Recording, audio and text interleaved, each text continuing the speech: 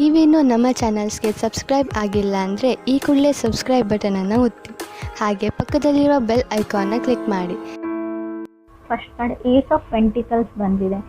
ಏಸ್ of ಪೆಂಟಿಕಲ್ಸ್ನ ನಾವು new beginnings ಅಂತ ಕರಿತೀವಿ, ಅಥವಾ ಪೆಂಟಿಕಲ್ಸ್ ಅಂದರೆ ಹಣ ಅಂತ ನಾನು ತುಂಬ ಸರ್ತಿ ಹೇಳಿದ್ದೀನಿ. ಡೌನ್ ಪೇಮೆಂಟ್, ಯಾವುದಾದ್ರೂ ಕಾರ್ ಅಥವಾ ವೆಹಿಕಲ್ ತೊಗೊಳ್ಳೋಕ್ಕೆ ಡೌನ್ ಪೇಮೆಂಟ್, ಅಥವಾ ಯಾವುದಾದ್ರೂ ಸೈಟ್ ಇರ್ಬೋದು, ಅಪಾರ್ಟ್ಮೆಂಟ್ಸ್ ಇರ್ಬೋದು, ಆ ಥರ ಡೌನ್ ಪೇಮೆಂಟ್ ಮಾಡ್ತೀರಾ ಜಿಲಿ ಅಂತ ಹೇಳ್ತಾ ಇದೆ cards. Financial project, related to financial project ಅಂತ ಹೇಳ್ತೀವಿ ನಾವು. ಆನ್ಸರ್ಡ್ ಪ್ರೇಯರ್ಸ್ ಅಂತ, ನೀವು ಇಷ್ಟು ದಿನ ಏನು ದೇವ್ರ ಹತ್ರ ಪ್ರಾರ್ಥನೆ ಮಾಡ್ಕೊಳ್ತಾ ಇದ್ದೀರಿ, ಏನು ನಿಮ್ಮ ಕ್ವಶನ್ಸ್ ಇತ್ತು ದೇವ್ರ ಮುಂದೆ, ನೀವು ತುಂಬ ಕ್ವಶನ್ಸ್ನ ಕೇಳ್ತೀರಾ, ತುಂಬ ಕಷ್ಟಗಳನ್ನ ತೋಡ್ಕೊಳ್ತೀರಾ, ಯಾಕೆ ನನಗೆ ಇಷ್ಟು ಕಷ್ಟ, ಆ ಥರ ತುಂಬ ಕ್ವಶನ್ಸ್ ಇರುತ್ತೆ. ನಿಮ್ಮ ಎಲ್ಲ ಕ್ವಶನ್ಸ್ಗೂ ಉತ್ತರಗಳು ಈ ತಿಂಗಳು ನಿಮ್ಗೆ ಸಿಗುತ್ತೆ. ಬೈಯಿಂಗ್ ಆ್ಯಂಡ್ ಮೂವಿಂಗ್ ಅಂತ ಹೇಳ್ತಾ ಇದೆ. ಮೇ ಬಿ ನೀವು ಮನೆ ಶಿಫ್ಟ್ ಮಾಡ್ಬೋದು, ಹೊಸ ಮನೆ ತೊಗೊಳ್ಬೋದು, to bigger and better home ಅಂತ ಕೂಡ ಕಾರ್ಡ್ ಹೇಳ್ತಾ ಇದೆ.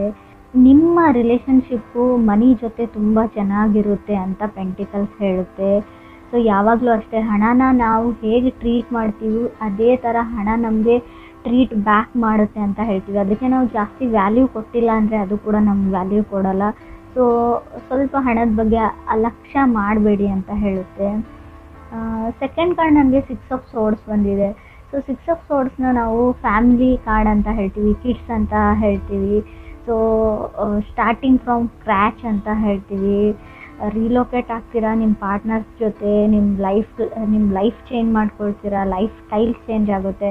ಬಿಕಾಸ್ ಆಫ್ ನೀವು ಬೇರೆ ಸ್ಟೇಟಿಗೆ ಟ್ರಾವೆಲ್ ಮಾಡ್ತಾ ಇದ್ದೀರಾ, ಅಥವಾ ಫಾರಿನ್ ಲ್ಯಾಂಡ್ಗೆ ಟ್ರಾವೆಲ್ ಮಾಡೋ ಪ್ಲ್ಯಾನ್ಸ್ ಇದೆ ನಿಮಗೆ, ಅಥವಾ ಫಾರಿನ್ ಲ್ಯಾಂಡಿಂದ ನೀವು ಮದುವೆಗೆ ಟ್ರೈ ಮಾಡ್ತಾ ಇದ್ದಾರೆ. 6 ಆಫ್ ಸೋರ್ಡ್ಸ್, ಫಾರಿನ್ ಲ್ಯಾಂಡಿಂದ ನಿಮಗೆ ಆಫರ್ಸ್ ಬರೋ, ಇನ್ವಿಟೇಷನ್ಸ್ ಬರೋ ಚಾನ್ಸಸ್ ಇದೆ ಮದುವೆಗೋಸ್ಕರ ವೆಯ್ಟ್ ಮಾಡ್ತಾ ಇರೋರಿಗೆ.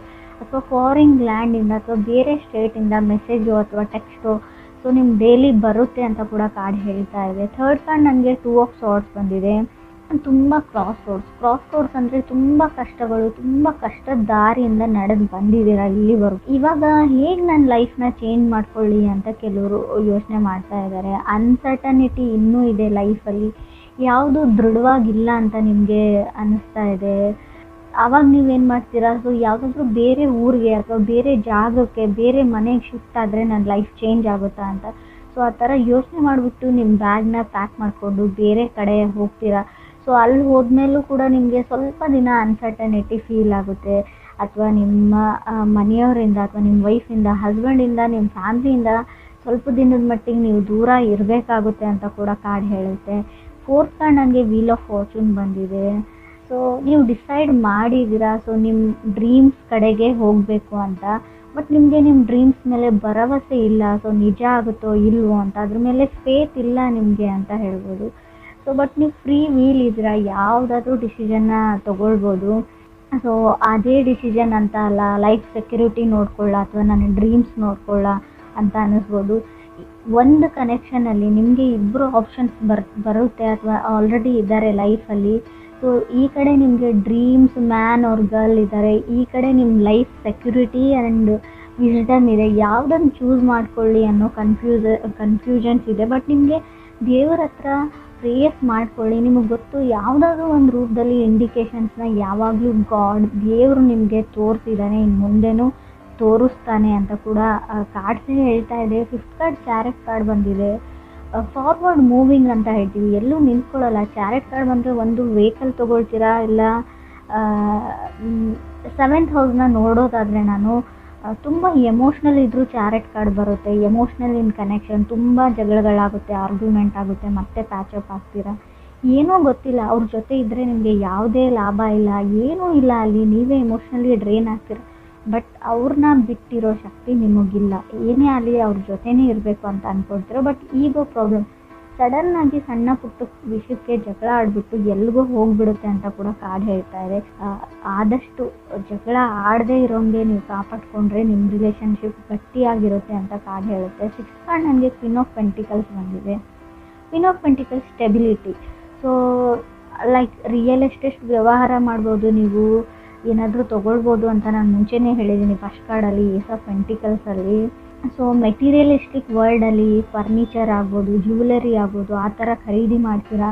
ಸೊ ಸೊ ಯಾರಿಗೋ ಆ್ಯನಿವರ್ಸ್ರಿ ಇರ್ಬೋದು, ನಿಮ್ಮ ಮದುವೆ ಆ್ಯನಿವರ್ಸ್ರಿ, ಸೊ ಯಾರ್ದಾದ್ರು ಬರ್ಡೇ ಇರ್ಬೋದು, ಅಥವಾ ನಿಮ್ಮ ಫ್ರೆಂಡ್ ಸರ್ಕಲಲ್ಲಿ ಫ್ಯಾಮಿಲಿಯಲ್ಲಿ ಮ್ಯಾರೇಜಸ್ ಇರ್ಬೋದು.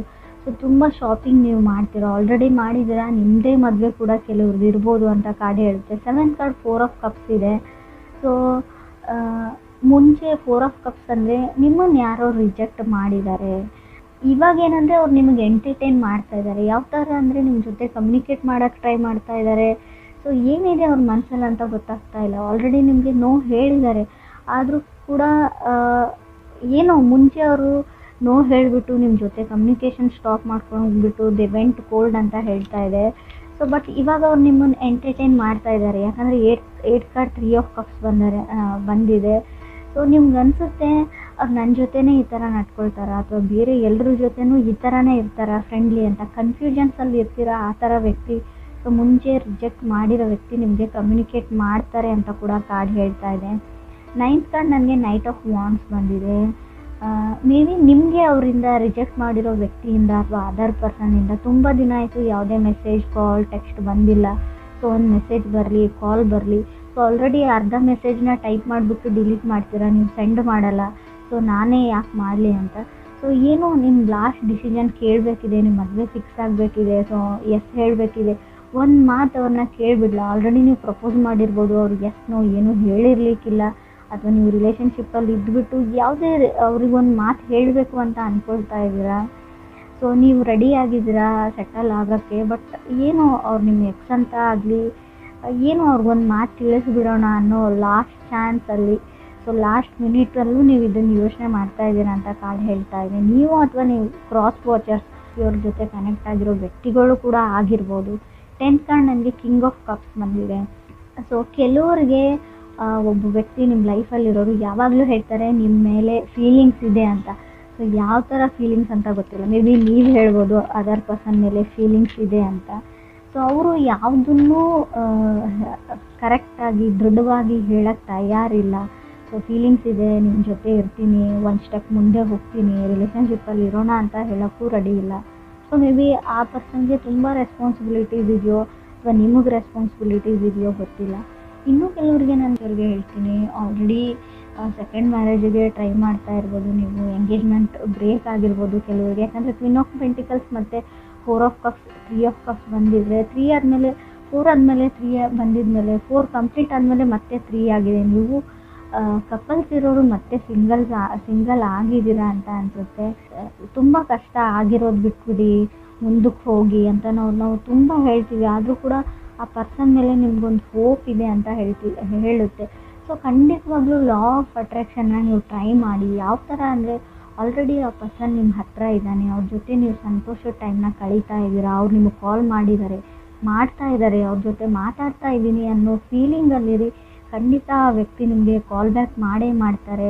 ಸೊ ಮೆಸೇಜ್ ಕೂಡ ಮಾಡೇ ಮಾಡ್ತಾರೆ ಅಂತ ಕೂಡ ಕಾರ್ಡ್ಸ್ ಹೇಳ್ತಾ ಇದೆ. ಸೊ ನಿಮಗೆ ತುಂಬ ಟ್ರಾವೆಲ್ ಆಪರ್ಚುನಿಟೀಸ್ ನಿಮಗೆ ಸಿಗುತ್ತೆ. ಸೊ ಖಂಡಿತ ನಿಮ್ಗೆ ಅನಿಸ್ಬೋದು ನಾನು ಇರೋ ಜಾಗದಿಂದ ಬೇರೆ ಜಾಗಕ್ಕೆ ಹೋಗಲ್ಲ, ಪ್ಲೇಸಿಗೆ ಹೋಗಲ್ಲ ಅಂತ ಅನಿಸುತ್ತೆ. ಸೊ ನೀವಿರೋ ಜಾಗದಿಂದ ನೀವಿರೋ ಮನೆಯಿಂದ ಬೇರೆ ಕಡೆ ಹೋಗಿ ನೋಡಿ, ಹೊಸ ಜನಗಳ ಜೊತೆ ಬೆರೆತು ನೋಡಿ. ನಿಮಗೇನೋ ಹೊಸ ಆಪರ್ಚುನಿಟಿ, ಹೊಸ ಒಂದು ಬಾಗಿಲು ಓಪನ್ ಆಗುತ್ತೆ. ನಿಮ್ಮ ಲೈಫ್ ಹಿಂಗೂ ಇದೆಯಾ, ಇದೇ ಥರನೂ ಇರ್ತಾರ ಜನ ಅನ್ನೋ ಎಕ್ಸ್ಪೀರಿಯೆನ್ಸು ನೀವು ಮಾಡ್ತೀರಾ. ತುಂಬ ಮೂಡಿ ಆಗಿಬಿಡಿ. ಸೊ ನನಗೆ ಯಾರ ಜೊತೆನೂ ಮಾತಾಡಲ್ಲ, ನನ್ನ ಲೈಫ್ ಇಷ್ಟೇ, ಸೊ ಯಾವಾಗಲೂ ನನಗೆ ಕೆಟ್ಟದ್ದೇ ಆಗುತ್ತೆ, ಆ ಥರ ಯೋಚನೆ ಮಾಡೋದನ್ನು ಬಿಟ್ಬಿಡಿ ಅಂತ ಹೇಳುತ್ತೆ. ಆದಷ್ಟು ಹಣನ ಸೇವ್ ಮಾಡಿ ಅಂತ ಹೇಳ್ತೀನಿ. ಲವ್ಲೆಸ್ ರೀಡಿಂಗ್ ಆಗಿರ್ಬೋದು, ಬಟ್ ನಾನು ರೀಡಿಂಗಲ್ಲಿ ಏನು ಬರುತ್ತೆ ಅದನ್ನು ಹೇಳ್ತೀನಿ. ಯಾರನ್ನೋ ನಂಬ್ತಾ ಇದ್ದೀರಾ, ಸೊ ಆಲ್ರೆಡಿ ದುಡ್ಡು ಕೊಟ್ಟಿದ್ದೀರಾ, ಸೊ ಇವಾಗಲೂ ದುಡ್ಡು ಕೊಡ್ತಾ ಇದ್ದೀರಾ, ನನ್ನ ಕಣ್ಮುಂದೆ ಬರ್ತಾ ಇದೆ ಅದು. ಸೊ ಸ್ಟಾಪ್ ಗಿವಿಂಗ್ ದೆಮ್ ಅಂತ ನಾನು ಹೇಳ್ತೀನಿ. ನಿಮ್ಮನ್ನು ಬರೀ ದುಡ್ಡಿಗೋಸ್ಕರ ಬಳಸ್ಕೊಳ್ತಾ ಇದ್ದಾರೆ. ಅವ್ರು ತುಂಬ ಒಳ್ಳೆ ವ್ಯಕ್ತಿನೂ ಆಗಿರ್ಬೋದು, ಬಟ್ ಅದೇ ದುಡ್ಡಿನ ವಿಷಯಕ್ಕೆ ಫ್ಯೂಚರಲ್ಲಿ ನಿಮಗೆ ಮನಸ್ತಾಪಗಳು ಬರ್ಬೋದು. ಸೊ ನಿಮ್ಮ ಹತ್ರ ದುಡ್ಡು ಇಲ್ಲ ಅಂತ ಹೇಳಿಬಿಟ್ಟು ಹಿಂದಕ್ಕೆ ಸರ್ಕೊಳ್ಳೋಕೆ ಟ್ರೈ ಮಾಡಿ. ಸೊ ನನ್ನ ಹತ್ರ ಇದೆ, ನಾನು ಸಹಾಯ ಮಾಡ್ತೀನಿ ಅಂದ್ಕೊಳ್ಬೇಡಿ. ಬೇರೆ ಯಾವುದೋ ರೂಪದಲ್ಲಿ ಅವ್ರಿಗೆ ದುಡ್ಡು ಸಿಗುತ್ತೆ, ನೀವು ಒಬ್ಬರೇ ಇಲ್ಲ ಅಂತ ಕೂಡ ಕಾರ್ಡ್ಸ್ ಹೇಳ್ತಾ ಇದೆ. ಅವ್ರಿಗೆ ಹೆಲ್ಪ್ ಮಾಡೋರು. ಸೊ ಬಿ ಕೇರ್ಫುಲ್ ಅಂತ ಹೇಳ್ತೀನಿ.